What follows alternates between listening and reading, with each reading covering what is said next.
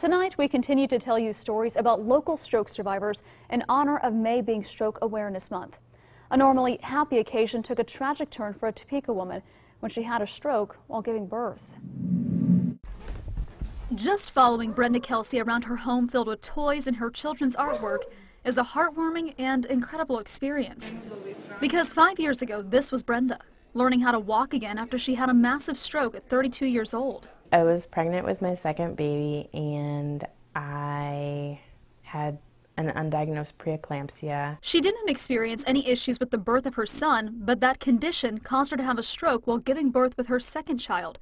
Her baby, Rebecca, was born unable to breathe on her own and was rushed to the NICU. There must have been a blood clot in the umbilical cord or something that caused a lack of blood flow, and so it was probably something similar to a stroke also. Her baby Rebecca died at only 6 days old. In that short time span, Brenda, who was also in critical care from her stroke, was only able to hold Rebecca 2 times. I have a really hard time on her birthday because I lived and she didn't. And yeah, that's always really hard for me.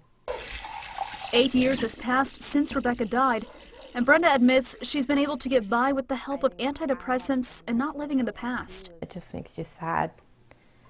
And there's things in the present you have to deal with too. 2 years ago, Brenda gave birth to another little girl. We call her a rainbow baby. She took a lot of work. Brenda is now a stay-at-home mom. Her stroke impacted her ability to do her job, so she had no choice but to quit. I still walk with a limp.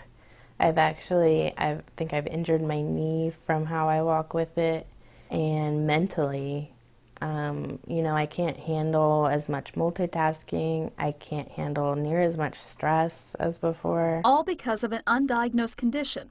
This is her new normal. There is an old Brenda and there is a new Brenda. And a growing family that will always have a special place in their hearts for their baby that passed away all too soon.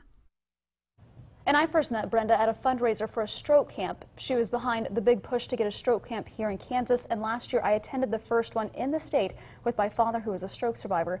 And to help keep those camps going, it does come with a cost, which is why I've started a fundraiser on my Facebook page.